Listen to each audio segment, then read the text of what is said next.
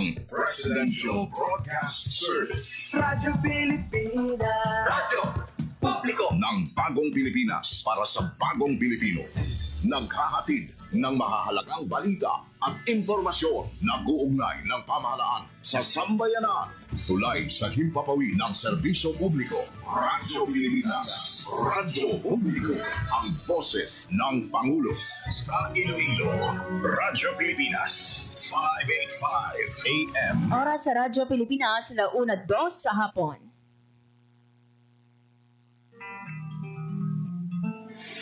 Adlaw-adlaw, Lunes tugtog Biyernes, pagdulong sang mga balita.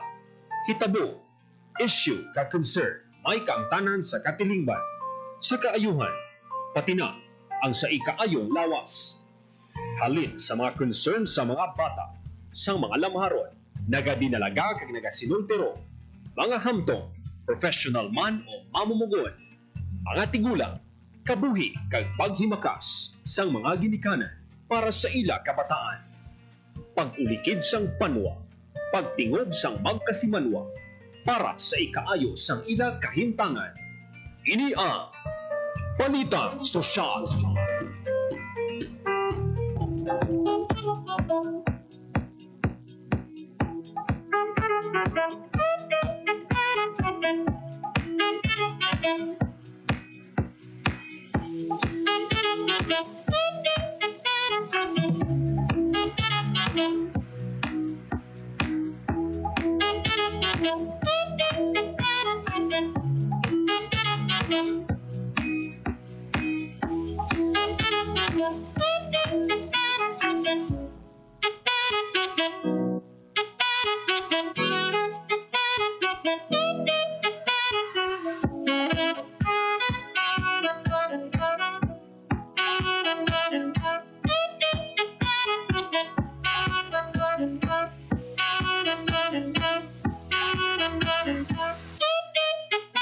Mayong hapon Pilipinas, mayong hapon Western Visayas, mayong hapon syudad kag probinsya sang Iloilo.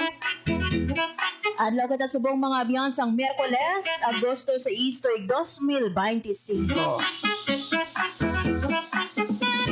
Sa kinaandan mga biyan, ako ang inyong alagad, Marian Grace Aranyata. Welcome mga biyan sa pagmangalagad sa programa Balita Sosyal.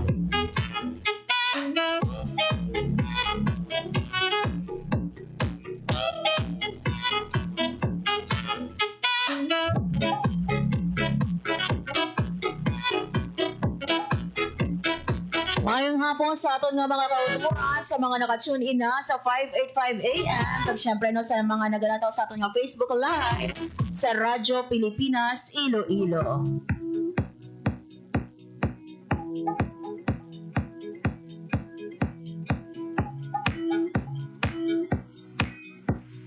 Mga biya, subong August 6, no, ang adlaw no para sa aton nga Farmer Appreciation Day. So sa aton dira nga mga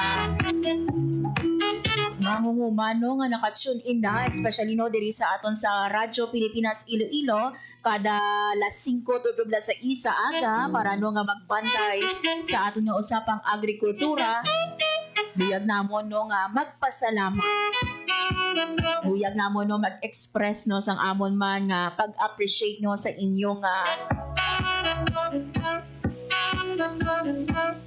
contribution para sa aton nga ekonomiya, especially no para nga ma-make sure that we have enough nga supply sang pagkain. So thank you so much sa tanan naton no nga mga farm worker. Mga biyan sa aton nga pagpangalagad subong Miyerkules at diri no sa programa Balita Sosyal pila sa aton nga mga balita nga pagpatpaton. Hindi mga biyan ang pagpaitalon sang 25 naton ka persons deprived of liberty pag PDL dira sa Iloilo District Jail male dormitory sa Pototan. Nga nagpaidalom or padayon mga biyan ang paidalom sa construction painting NC2. So, hibaloon nato no ano bala ang tinutuyo sa kag-istoryahan naman mga biyanho ang pag-launch sang Expanded Healthy Hearts Program sang aton man nga DOH Western Visayas kaupod no ang aton nga World Health Organization. Magakuha makita mga biyans ang live report kaupo diri no kay Hope Torrechante natuhoy diri sa una nga Terra Madre Asia Pacific Iwato no sa Bacolod City sa bulan sang Nobyembre. Kag ni ara makita nga dinapit nga bisita later on mga ben makaupo coming from DOH Western Visayas kung sa diino aton pag-istoryahan ang filariasis. Ano ba ang filariasis kung paano ini malikawan?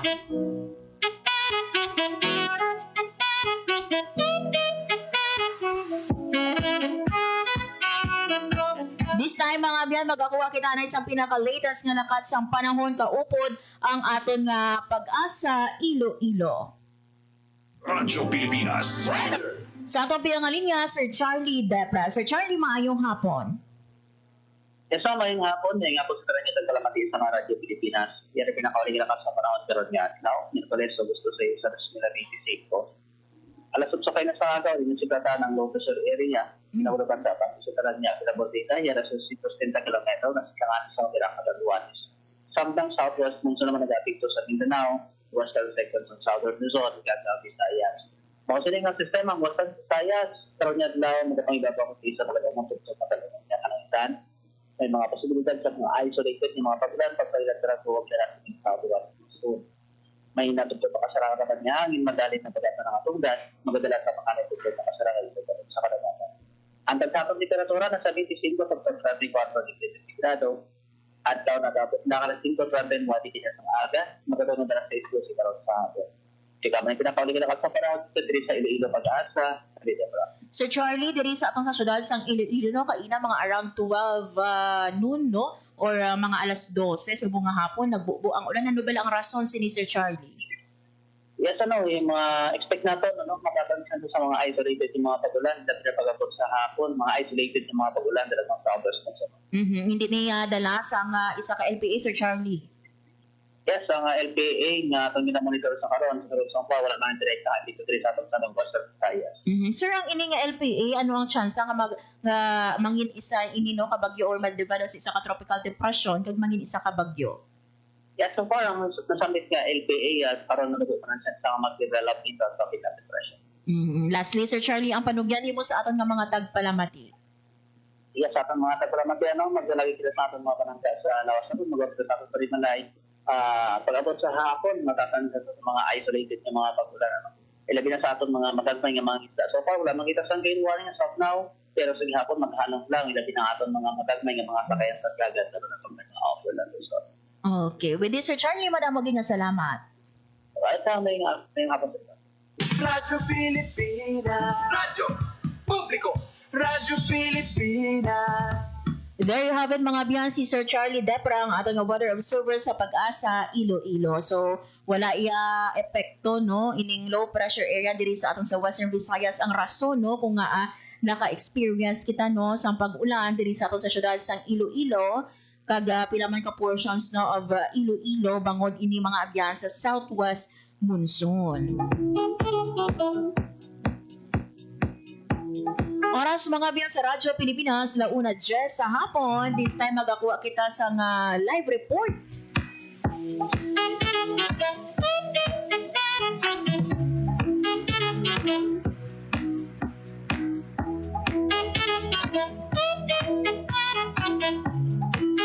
Baon naton mga biyan ining balita halin sa aton nung tourism beat reporter ang paghiwat no sang unang Terra Madre Asia Pacific sa syudad sang Bacolod. Agad mga biyan magadulong sa sininga balita si Hope Torrechante. Radyo Pilipinas. Radyo Pilipinas. Report. Hope, mayong hapon. Yes, yan. Lapit na lang gid, no? Kagiwaton na ang labing una nga Terra Madre Asia and Pacific. So, regional, ano ni siya yan, no? Regional edition sa Terra Madre nga ginhiwat, no? Or tuigan nga ginahiwat sa Turin, Italy. So, ang hiwaton iniyan sa Bacolod City, ang ining unang regional edition sang Terra Madre sa Asia kag Pacific, kag lauman ini no, o sa diin lauman ang pagtililipon sa mga food community sa provincial capital Lagoon sa November 19 to November 23 3, 2025. So ang tema yan sa Terra Madre Asia and Pacific amo ang From Soil to Sea, a slow food journey through taste and tradition. So tinutuyo sini no nga sa ulugon ng mga naglain-lain yung mga pagkaon kag i-promote ang sustainable food system. So magluwas diri katuyuan man sa aktibidad nga ipakita ang mga pamaagi sa food production o food production sa mga pagkaon,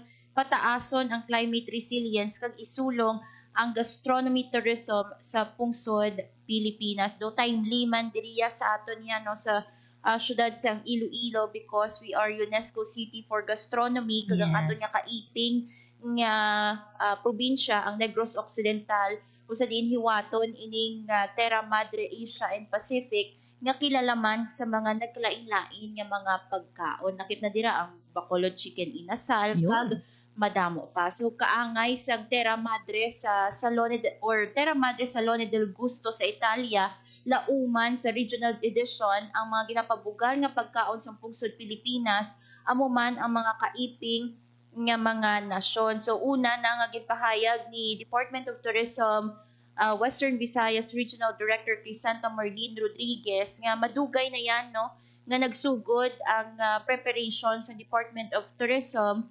kaupod ang Slow Food International kag local government units sa Negros Occidental para sa ginahulat-hulat nga Terra Madre Asia and Pacific. In fact, yan almost a year man no ang mangin preparation sa DOT6 o ukon ang DOT Central bangod nga last year 2024 gina-anunsyo no ang hiwaton ang Terra Madre Asia and Pacific sa Bacolod City and also other areas no neighboring areas sa Bacolod City sa Negros Occidental. So dako ini nga aktibidad kung sa diin mga chefs, mga food enthusiasts, no, food community in general yan magatililipon sa Bacolod City or sa provincial capital Lagun for the said event no ang Terra Madre. Ginanunsyo man ini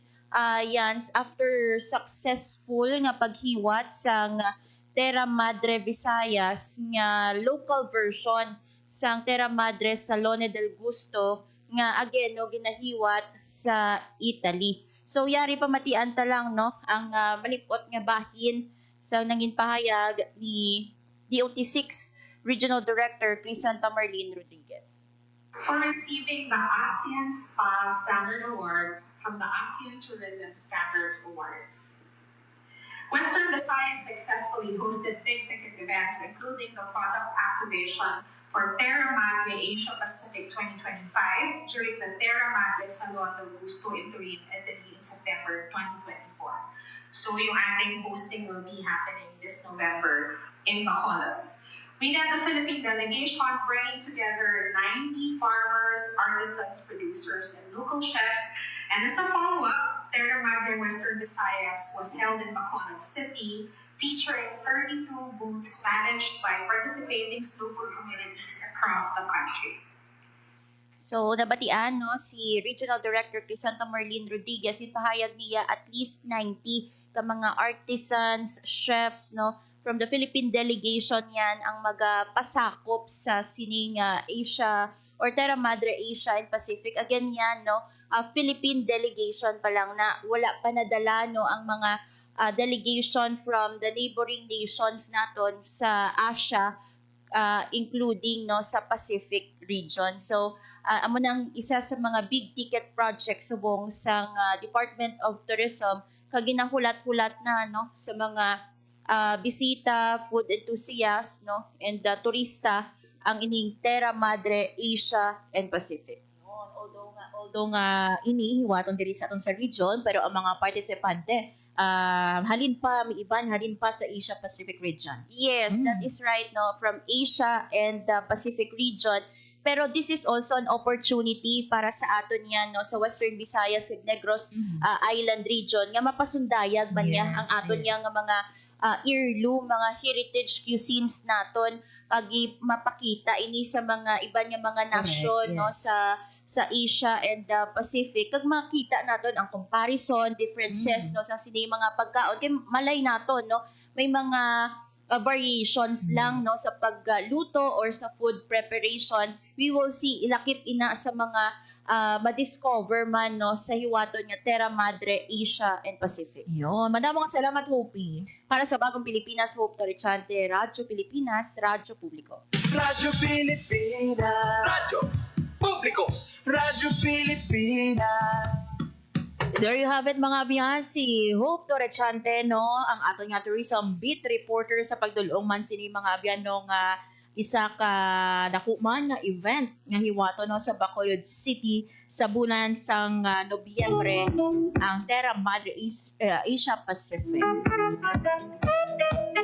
So sakto gid ini mga abyan no, at least no kita diri sa Western Visayas mapabugal man nato no sa iba no nga mga bisita coming from other countries no kung ano bala no ang ato nga mga pagkaon diri. So ini mga abyan no mangin labing una nga regional edition sa Terra Madre sa Asia kag Pacific. This will be on November 19 to 23. So hindi lang isa ka bulan nga preparasyon nga pa ini last year no gina-anunsyo last year. Since last year no ang pagpanghanda man sa ato nga Department of Tourism Western Visayas. Para sa Radyo Pilipinas, 1:18 sa hapon, mga biyan sa aton nga pagbalik, makaupo na naton no ang aton man nga bisita agod istoryahan naton ang filariasis. Makaupo naton mga biyan si Sir Mario Ivan Gonzalez, ang aton nga Medtech 2 Regional Program Manager sa Lymphatic Filariasis Elimination Program sa DOH Western Visayas Center for Health Development. Istoryahan naton mga biyan no ang pagpanikasugman sa regional office. Para no nga malabot naton ang filariasis free Western Visayas.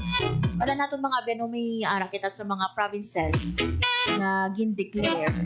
Pero kinahanglan mga beno ma-sustain ini no nga status pinaagi man sa pagkanda sa mga testing. So hibaluon naton ang pagpanikasugno sa DOH kag mga probinsya naton diri sa Western Visayas.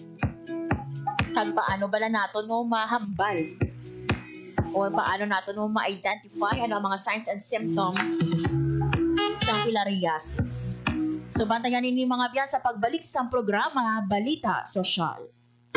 Time to celebrate kulturang Pinoy, tradisyon, musika, sining, literatura at iba pa. Anything and everything fun and Filipino. Ito ang Pinoy Kultura. If there's anything that could describe the Filipino, it's that he loves to eat, which may not be exclusive to the race, but is especially unique because of his ingenuity and creativity when it comes to making food that's not only delicious but affordable. Ika nga swak sa bulsa at panlasa. And in the case of street food, adventurous. Street food in the Philippines has especially become a fast-growing industry. The more popular ones, ang pinakamabenta, are known to its consumers by their unusual names, tulad ng Adidas, Walkman at Betamax. Sigurado kung na-experience na ng panlasa mo ang paa ng manok, tenga ng baboy, and clotted pig or chicken blood na para bang maliliit na blood cakes, named after what movies used to be watched on, or ang Betamax. Nikay de Guzman in Esquire says in the 50s, livestock was plentiful. Street food sold were the more expensive cuts, chicken or pork barbecue. But when the economic crisis hit in the 70s, Pinoys looked to the parts that normally get thrown out, like intestines and innards. These suddenly became valuable and reinforced the Filipino practice, walang tapon, walang sayang. That in turn brought out the isaw, a word that came from sausawan, where you dip the isaw. But that's just 3 of a variety of street food. There's even a day-old chick boiled or fried, and these days, chicken skin, found more often near bus stops, markets, or workplaces where an ordinary person can grab a quick snack for less than 10 pesos. Ano man ito, banana cue, kamote cue, turon man, kwek-kwek, or pakneneng. In these times of frugality and austerity, laman tiyan siya ng Pilipino at ng kanyang kultura. Yan ang Pinoy Kultura because our culture is cool. Hatid ay balita, impormasyon at sari-saring kaalaman tungkol sa sektor ng agrikultura sa ating bayan. Usapang Agrikultura kasama ang Department of Agriculture. Alamin ang mga hakbang ng administrasyon para mas mapaunlad pa ang iba't ibang industriyang agrikultural at pakinggan ang mga proyektong handog sa mamamayan upang mapalago ang kanilang mga kabuhayan. Usapang Agrikultura, Lunes hanggang Biyernes, alas 5 ng umaga, dito lang sa Radyo Pilipinas.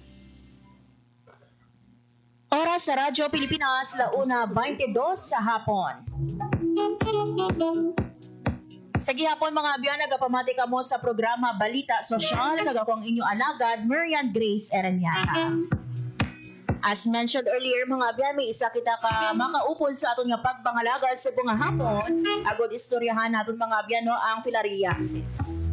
Ano bala ang signs and symptoms nino? Kag ano no ang panikasugman sang aton nga DOH Western Visayas Center for Health and Development. Agod nga malabot naton mga biyan ang filariasis free Western Visayas. Mga biyan yari sa atong biyang linya ang aton nga Regional Program Manager sa Lymphatic Filariasis Elimination Program sang DOH Western Visayas Center for Health Development, si Sir Mario Ivan Gonzalez. Sir Mario, maayong hapon sa imo and welcome diri sa Radyo Pilipinas Iloilo.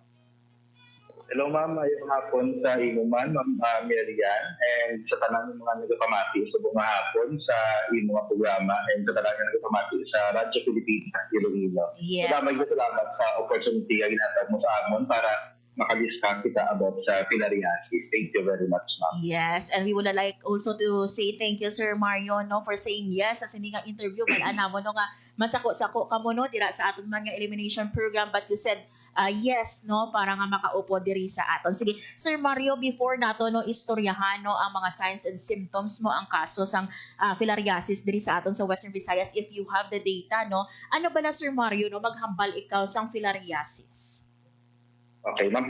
So, ang filariasis, ma'am, isa rin siya ka-infection na cause, kumbaga, or ang rason ng pagka-infection pang isa ka tao sa filariasis. Hindi siya ng pareho sa iba niya mga masakit niya na sanhi, isang kagaw or bacteria or isang virus.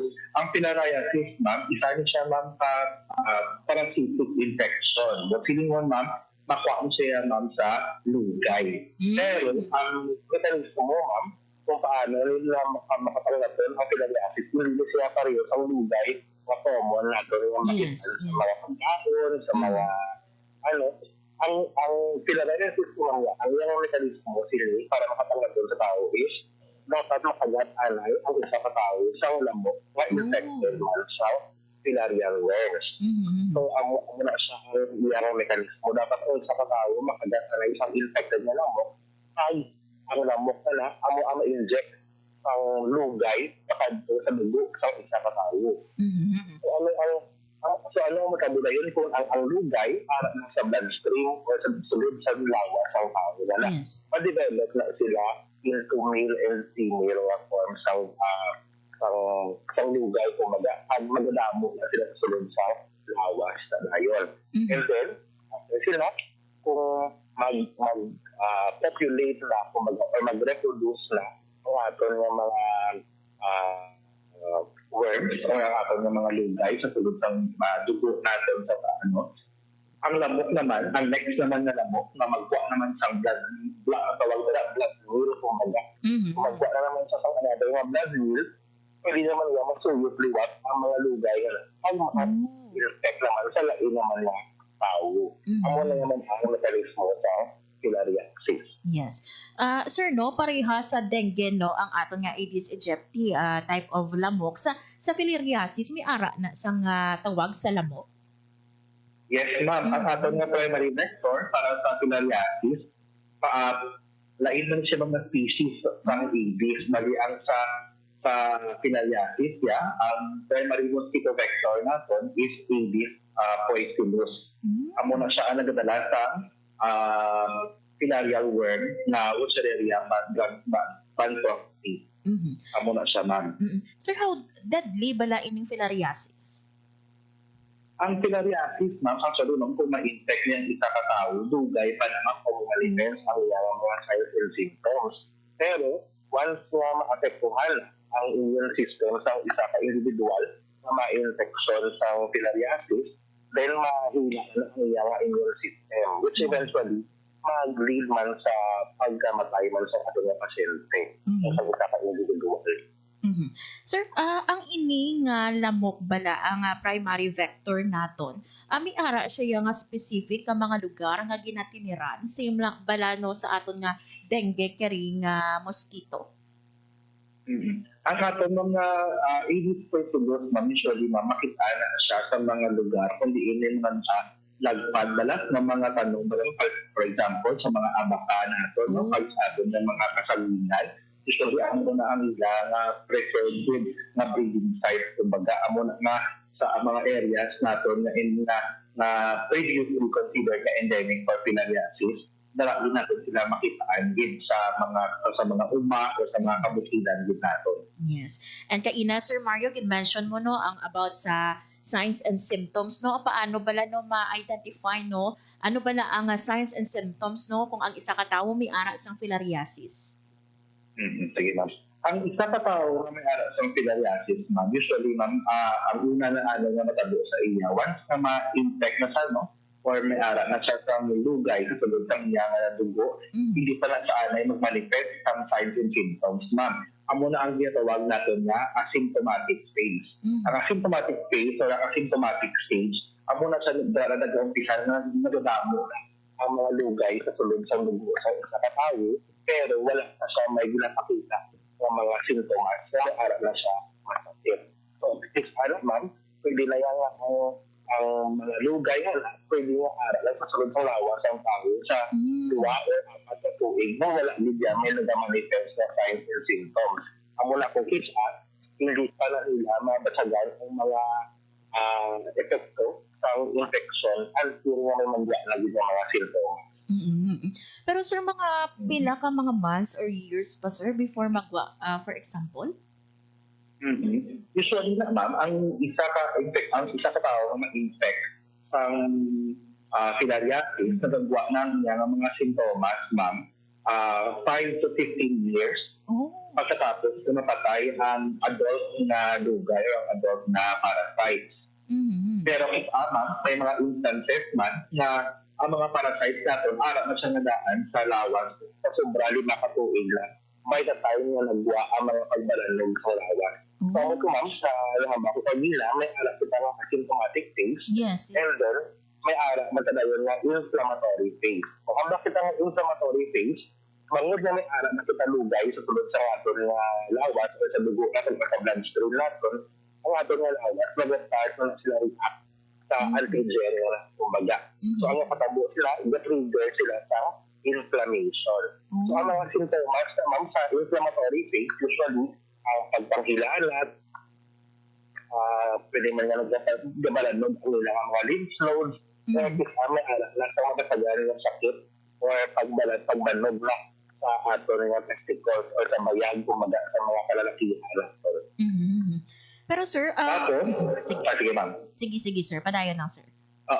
Tapos ma'am, ang next sa mga stage or next stage ng infection sa filariasis is amo na naman ang ginatawag natin na obstructive or chronic phase. Dara na siya mamakitaan ang mga sintomas like for example, ang hydrocele or ang pagbanog sa itlog o sa scrotum sa isa ka lalaki, chylorrhea o botulinum ang inihip sa isa ka tao na infected sa filaria do medyo tugatas na ang iyang natsura. Amo na may tawag na chylorrhea.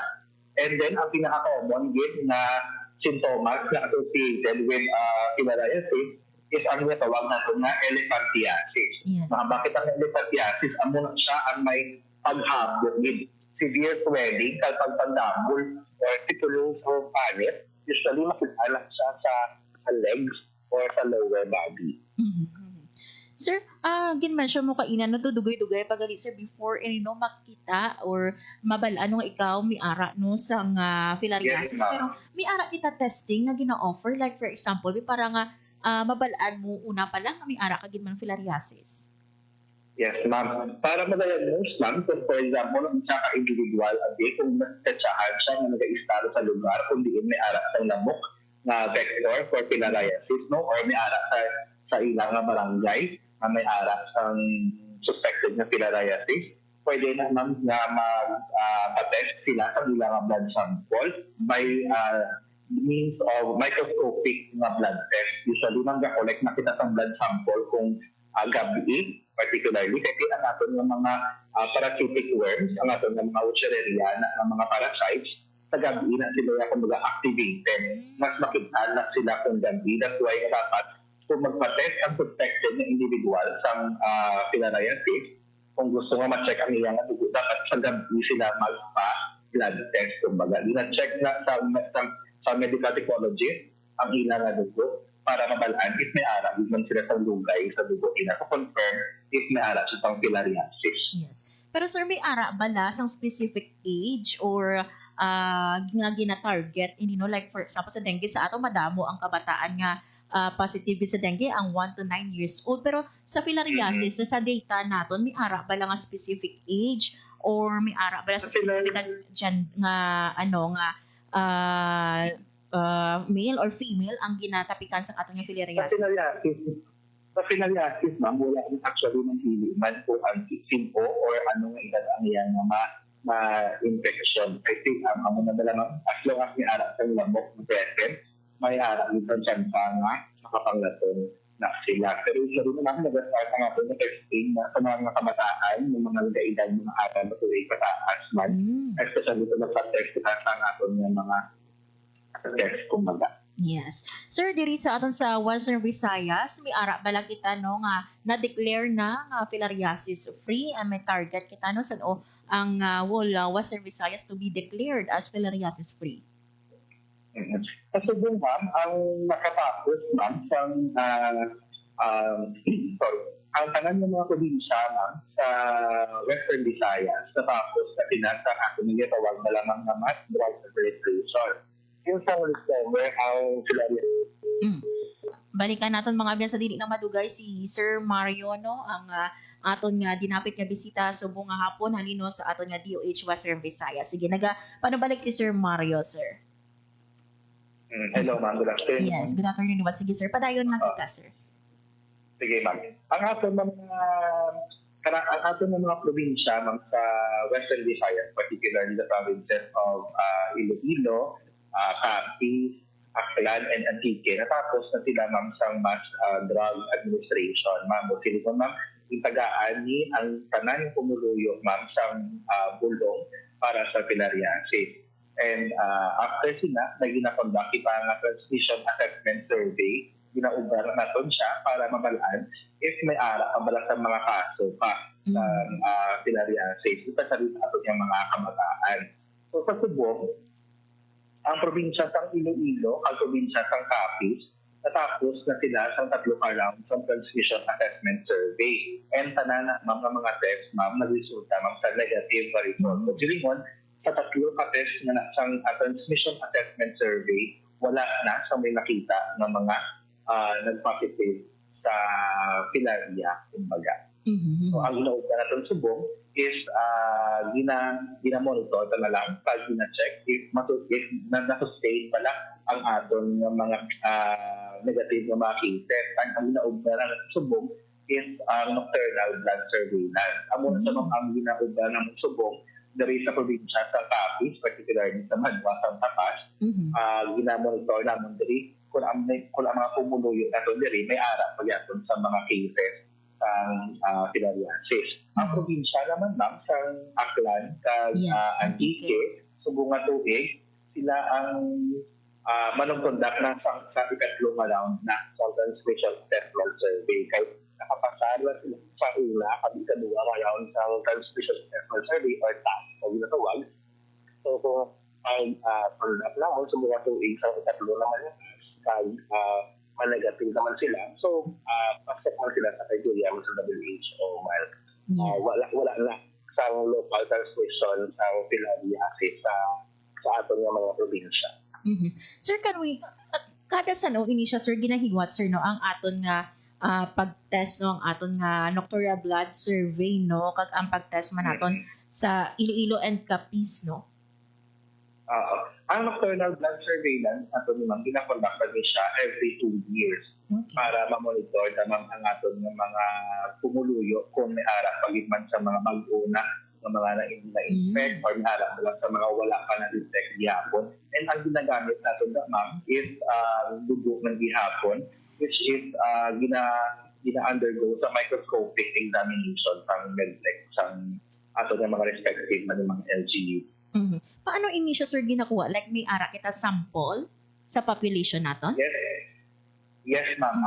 May ara kita ma'am sa blood sample na ginakuha, ma'am. Ang mga kabataan, as a figura, ginakuha na sila. Wala man tala limit, ma'am, as long as makalambot lang kita sa at least 500 participants natin para mahambal na enough na siya para mahambal na wala sa transmission ng filariasis. Yes. Sir Mario, correct me if I'm wrong ha. Pwede ma-declare as of now ang province of Iloilo, Capiz, Aklan, and Antique as filariasis free? Or KT, padayo pa subong ang aton man nga testing? Hindi pa. Pasubong, ma'am, based sa report, ma'am, na na-obtain naman sa Philippine News Agency, ma'am, no? 44 out of 46 na provinces in the Philippines are considered filariasis free. So, sa 44 ka na, dala na siya ang probinsya sa Aklan, Antique, Iloilo, Capiz. So, ang ginaugat sa subong is na-check ka na lang if may ara pa sa mga local ng mga transmission pa or taas pa bala ang cases na sila. Pero so far, ma'am, based sa amon yung mga previous ng mga nocturnal blood surveillance, although may ara kita makitaan pa ng mga positive na mga cases, hindi siya considered pa na endemic kay nubo magyapon siya sa set na percentage para ma-declare sila na endemic. Okay. So, bisan nga may mag-positive sa sini nga provinces naton, sir, retain sa gihapon ang ilang status. Yes, ma'am. Okay. So, as long as hindi lang kita magtaas ang cases natin sa filariasis, I say, ma'am, once na may ma-detect kita na mag-positive sa aton na nocturnal blood surveillance, malamang, kung may ma-detect kita na mag-positive, ginatagaan ng gadayon sa gulungan. May alakit sa ginatawag pa selective treatment. Yes. Sir, how about sa provinces of Guimaras and sa Negros? Dala pa naton ini sila as of now?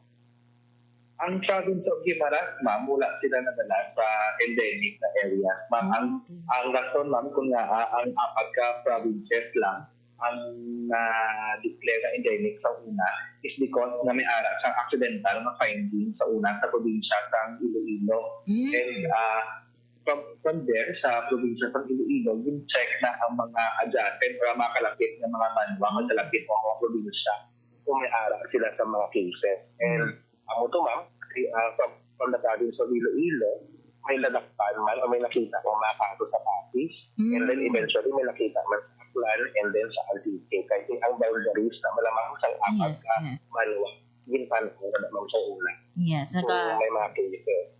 Nagatulo pa dahil ining mga provinces natin, no? Iloilo, Capiz, Antique, and Aklan. Sir, pero diri no sa aton sa Western Visayas, once nga maghambal ikaw, sir, no, nga filariasis free, no, ang ining especially yung apat naton ka provinces, ano kadako nga bagay ini siya, sir, no? Ano ang impact sini no sa aton nga health and at the same time sa tourism naton?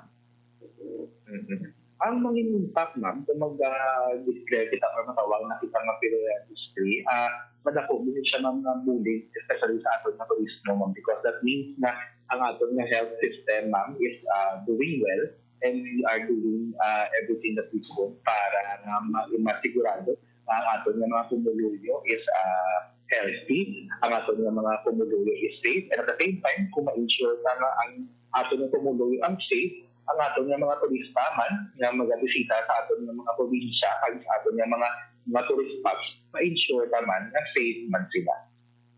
Sir, bali diri sa ato, no, sa Western Visayas, you've mentioned kay ina nga ara ka mo dira subong sa Tapas, Capiz. Ano pagid ang mga pagpanikasugman sa ato nga DOH Western Visayas, no, para nga ma-sustain naton ining status, no, sang apat naton ka probinsya? Yes, ma'am. So amo na, ma'am, nabako na kagina, no, gapon ba kami sa maternal blood surveillance every 2 years. So, amo ni sa subong nga tuig naka-schedule kami diri subong with the health man sa aton nga provincial health offices and sa aton nga mga municipal health offices man nga nag-cooperate at nag-coordinate man sa amon para matigayon ni ang nocturnal blood surveillance. Kay without their help and without their cooperation, hindi man namon matigayon ni ang amon nga mga hilikoton kumbaga sa nocturnal blood surveillance. So amo naman, every 2 years, nag-conduct kami sa NES, nocturnal blood surveillance, and at the same time, this year, mag-conduct man kami sa orientation on deformity and disability survey man para mabalaan man natin kung pila ang mga individual na posible nga may ara na sa deformity or may mga pagpanghapos na or may mga disabled na bangod na wala bala na pabulong ang ilang kaso sa pilarya sa una. So, ako pa lang namin nga utinahon man para may alak kita sa data man kung ano na ang mga cases na nakatikis sa amang bangod nga hindi ay ang iban, hindi nakalakat, hindi nakakanto sa mga area, kundi hindi nahiwat ang external blood surveillance, hindi na naman sila makita. So, amo na siya ang isa sa mga goals namon tani nga ubrahon is mag-survey naman kami kay mangita sa mga individual na posible na may alak na siyang deformity o pagpanghapos na. Yes. Lastly, Sir Mario, I don't want to take much of your time, especially dira ara ka mo sa field. So, no, ang imo na lang mabilin siguro nga mensahe sa aton nga mga tagpalamati, few reminders sa ila, Sir Mario. Yes, ma'am. Thank you very much. Sa liwat, maraming salamat sa sinyo opportunity, ma'am, no? Kay considering na ang lymphatic filariasis, ma'am, isa niya siya ka-latawag ko na neglected tropical disease, botulinum, isa niya siya ka-masakit na hindi masapakan sa tanan kay bangod nga hindi na yun makita ang sintomas niya. Kumbaga, hindi pareho sa iba niya mga masakit niya nga makita mo na yun ang sintomas kung ma-infection ka. Ang filariasis, tinuig palit bago makita ang iyang mga sintomas. So, sa mga nagkasalamat, sumuha sa aton nga pag-waragwag sa mga hapon, no? Ang mahambala naman sa Department of Health is katigan pag-ilang aton sa ugalingan. Kahit hindi man kita malatnan sa masakit nga filariasis kung una-una wala sang lambok sa aton nga komunidad, sa aton nga panimalay, sa aton nga mga palibot. So, ang limpyo kita sa aton nga palibot, ang talagang mga lugar nga pwede nga mga breeding sites ng mga lamok, dapat ibubukurin natin. Tapos, isa pa rin, no, is kung may ara na kita may ginabatsyad ng mga simptomas, like for example, if makita natin na daw may ara na sa pagpandamol sa isang mga parte sa lawas natin, kung may nag-umpisa ng hambok na, no, sa ato nga tigil, sa ato nga kamot, or sa bayag, or sa itlog sa mga lalaki, or sa mga babae man, kung may nag-hambok na sa ilang mga susok, no, pa-check din sila din yun sa or sa hospital yun, para ma-test man sila yun kung may alagid man sila sa filariasis. Yes. Lastly, ma'am, paano ma-prevent o paano tayo matipigan ang pagalingon para hindi kita ma-infection, simple lang provide kita or matulog kita na may alas sa mosquito or magamit kita sa mga insect repellent, especially kung gabi, or pwede kita magsok-sok sa mga malaba ng mga tayo may malaba ng manggas or mga long pants or jogging pants man nato, no? So, amo na siya ang mga simple na mga butang mga pwede ka mag-umparamang para masigurado naman yung maproteksyonan ka ang atin sa ugalingon kagang aton mga pamilya batok sa filariasis. Yes. With this, Sir Mario, madamo nga salamat sa imo nga time and information. Halong ka mo dira and maayong hapon sa imo. Maraming salamat man, ma'am, and God bless sa inyo tanan. Thank you. Thank you.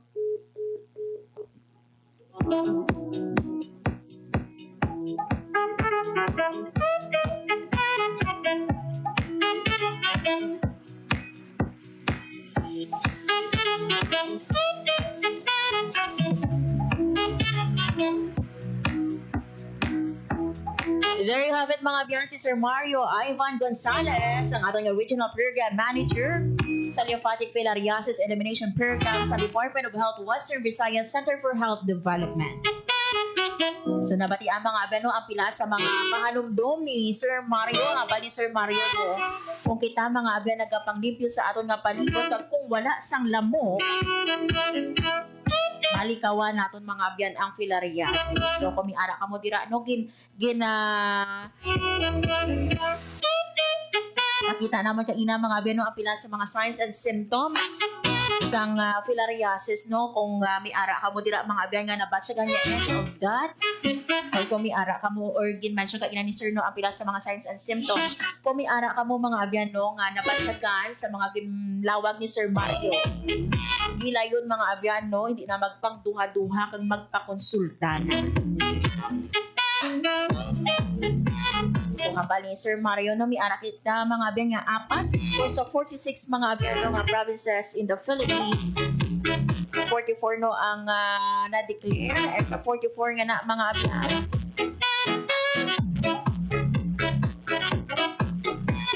Apat no ang gikan diri sa aton. Diri mga abyan ang Aklan, Antique, Capiz kag Iloilo. So kudos no sa aton nga mga kauturan nga yara sa field. Imagine mga beno ang risguma no sa aton nga mga health workers. Para lang no nga ti mabalaan ba na nato no kung may ara di man cases no sa mga probinsya nato. Para ma-identify ini no ang mga nagpositibo nagilayo no nga matatapan. So kudos no sa aton nga mga health workers. Sa inyo man nga pag-ubra no para lang nga makadulong no sa maayo nga health services sa aton nga mga kauturan. So madamo gyud nga salamat sa liwat kay Sir Mario. And thank you man no kay Sir Rodney Gonzales ng aton nga Regional Information Officer sa DOH Western Visayas. Oras mga biyan sa Radyo Pilipinas 1:48 PM.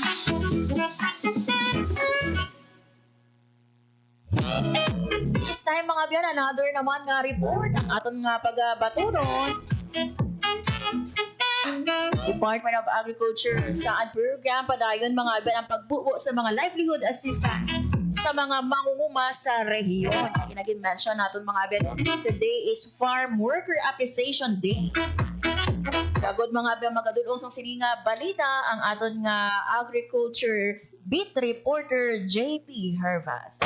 Radyo Pilipinas. Radyo Pilipinas. Report. Lods, mayong hapon. Lods, mayong hapon padayon ng pabubo sa Department of Agriculture paagi sa ilas ng Special Area for Agricultural Development o KUNSAAD program sa mga bulig sa narituhay nga mga grupo o kung asosasyon sa mga mangunguma diri sa Western Visayas. Sa bahin Lodge ng Libertad Antique, nagbaton sa narituhay nga livelihood assistance ang apat ka asosasyon. Ang ini nga bulig Lodge nakasentro sa pagpasanog sa produksyon sang utan, luya, uhong, kag poultry sang banwa. Lagi naman sa mga ginpanagtag ano narituhay nga bini sang utan, agrochemicals, bulong, kag biologic, generator set, noodle maker machine, incubator nga may hatcher, grass cutter, kag mga chest freezer. Samtang Lod sa bahin sa Aklan, particularly sa Banwa sang Tangalan, nagbaton sa 500 kasaha sa sapa ang Parayakan La Liga Multipurpose Cooperative bilang dugang sa ilakaron nga proyekto sa corn production. Ang bulig ginpalapot sang saad pinaagi man mismo sa apod kasunod man mismo sa nanging proposal sang grupo agoy nga may kuhaan pagit sila sang dugang nga kita. Ang ganyan tos kasaha ang ginalauman nga itanom sa 0.75 hectares nga land area apang inilod sa ginpanagtag sang grupo sa pulo nila ka membro kag natanom sa 2.2 ka hectares. Plano sang grupo Lods nga kung mag-harvest season na ibaligya ang ila sining produkto sa mga mangunguma kung sa ila sining barangay kag subong man sa ila sining banwa. Samtang 3 ka asosasyon sa bahin naman sa San Rafael Iloilo ang ginpaydalong Lodge sa paghanas angot sa dumala sang pondo kag pagtukod sang negosyo. Katuyuan sang sining nga programa sang DA nga mapahangop sa mga manguma kung ano ka importante ang financial literacy agon nga manginwais man sila sa ila sining nga pagdesisyon, particularly sa paggasto sang ila mga kwarta. Yun. Mga damo-damo nga good news ang dala sa aton nga agriculture beat reporter. Madamo nga salamat, Lods. Para sa Bagong Pilipinas, JP Herbas, Radyo Pilipinas, Radyo Publiko. Radyo Pilipinas. Radyo Publiko. Radyo Pilipinas. There you have it, mga abiyano, ang aton nga agriculture beat reporter JP Hervas, mga abiyano. So may ara sang or padayon no ang pagbubo sang aton man nga sa Adocon Special Area for Agricultural Development o sad program sa or padayon ang pagbubo sang aton nga sa ADA program no sang assistance sa aton man nga mga manghuma diri sa Western Visayas. Mga abiyan sa ibabagi naton nga balita. Diri sa aton mga abiyan sa syudad sang Iloilo, gin-launch no ang expanded naton nga Healthy Hearts program sa tinutuyo ni mga abiyan no nga atap na ang cardiovascular diseases nga amo no ang leading cause sa pagkamatay sa Pilipinas. So plano mga abiyan no nga mag-establish sa kada district diri sang Sweethearts Club ukon hypertension kag diabetes support group. Naglabot ng 80% controlled hypertension kag diabetes cases sa 2026. I-screen no ang 80% sa 20 years old and above gamit ang Philippine Protocol for Essential Non-Communicable Disease Interventions. Madamo pa no sa mga strategiya nga ipatuman para nga malabot ang iniman nga goal. So madumduman nga gin-implement ini mga abiyano sa first district of province of Iloilo na sa diin mga abiyano 86% ang blood pressure control no sa mga hypertensive patients.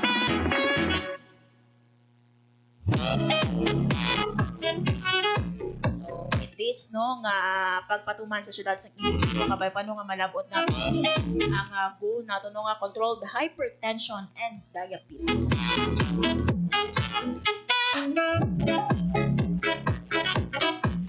Oras sa Radyo Pilipinas, 1:53 sa hapon. Wala na kita sang nabilin nga oras sa aton man nga pagpangalaga.